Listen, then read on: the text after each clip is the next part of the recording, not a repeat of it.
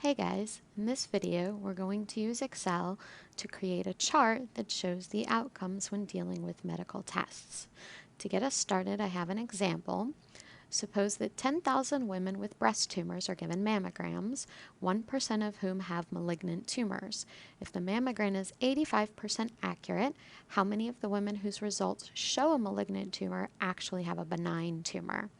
So our chart consists of totals as well as the outcomes for the tests and whether the tumor is actually malignant or actually benign. To fill this in, we have a particular set of steps we like to follow. So number one, fill in that total. Our total is the 10,000 women who were tested. Second, use the prevalence to find the number of women who actually have a malignant tumor. In this problem, the prevalence is the 1% who have the malignant tumor. So out of our 10,000 women, we have 0.01 for 1% times that 10,000 would be the number of women who actually have a malignant tumor. Then, third, subtract to find the number of women with a benign tumor. So here is the total number with benign, and it should equal this total of 10,000 minus our 100 women with a malignant tumor. Good. Now our fourth step is to use the accuracy to find the number of true positive and true negative results. So our accuracy is 85%. Now that means out of these 100 women who have a malignant tumor, 85% of the time it's going to give a correct positive result. So this spot, which we'll highlight, is our true positive spot. So here it would equal 0.85 times our 100 women. Then for true negative, that would mean that 85% of these 9,900 women who do not have a malignant tumor would get the correct negative result. That would be this spot. So let's highlight that and label it as well. That's where true negative goes. And it would equal 0.85 times the 9,900. So now we have our true positives and our true negatives. So fifth step, subtract to find the number of false positive and false negative results. So a false positive would be a positive result, but the woman actually has a benign tumor.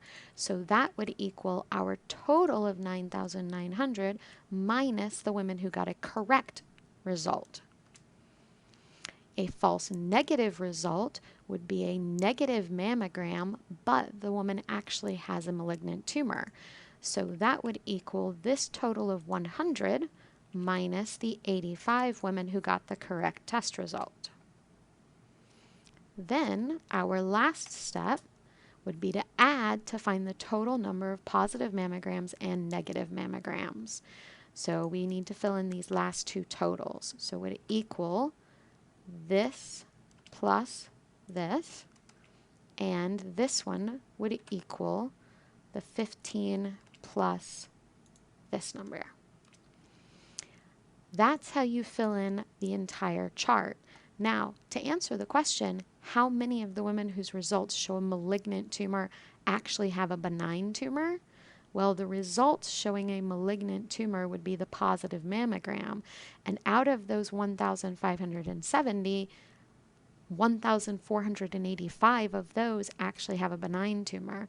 So even with a high accuracy rating of 85%, most of the women who got a positive result don't actually have that malignant tumor. So this is how you would work through this when you're dealing with a single accuracy rating. But in some of our problems, we're given two accuracy ratings. So let's look at one of those examples. Jen manages a large chain of clothing shops with a total of 2,500 employees. She knows that approximately 8% of people who work in retail use illegal drugs. Since Jen wants to maintain a drug-free environment, she has decided to have her employees take a drug test. The test has a sensitivity of 37% and a specificity of 98%. create a chart showing the outcomes for the tests based on these percentages. So the steps are basically the same as before, starting with number 1 to fill in the total. This time our total is 2,500 employees. Second, same as before, use the prevalence to find the number of employees who do actually use illegal drugs. That prevalence is the 8% of people who work in retail. Now, this time the test results are the columns and the people who actually use and don't use are the rows, which is backwards from the last example, so be careful about filling in your chart. So the people who actually use drugs right here is equal to 8%, so 0.08, times our total number of employees. So approximately 200 of them are going to actually use illegal drugs. For our third step, we're going to subtract to find the number of employees who don't use illegal drugs. So that would go here, and it would equal our total of 2,500 minus the 200 who don't use. Good. Now step 4 is where things are a little different. Use the sensitivity to find the number of true positive results. So sensitivity only applies to true positives. So remember, a true positive is where you get a positive test and the person would actually use illegal drugs. So this spot would be our true positive spot. So again, let's label it. That's the true positive spot, and we use the sensitivity number to calculate that. We were told the sensitivity is 37%, so it would equal 0.37 times those total number of people who do actually use illegal drugs. All right, and then our fifth step, use the specificity to find the number of true negative results. So again, a true negative means a negative test result that is accurate, so that means the person does not use drugs. So this spot would be our true negative spot, so let's label that. So that's where true negatives go, and we are told the specificity number is 98%, so it equals 0.98 times the number of people who do not use illegal drugs.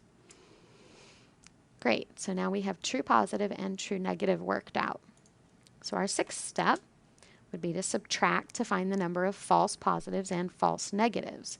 So a false positive would be a positive result that was wrong, so it would be here, and it would equal this total minus the people who got the correct result. And false negatives would be a negative result where the person did actually use drugs. So it would be equal to this total minus the people who got the correct results. And finally, seventh step, add to find the total of positive test results and negative test results. So positive test results, the total would go here and it would equal the 74 plus the 46. And the negative test results, the totals would go here. It would equal this number plus that one. And that is how we would fill out that chart dealing with the medical test outcomes if we have a sensitivity rating and a specificity rating. I hope this helps you guys work out your problems, and I'll see you next time with another video. Thanks. Bye.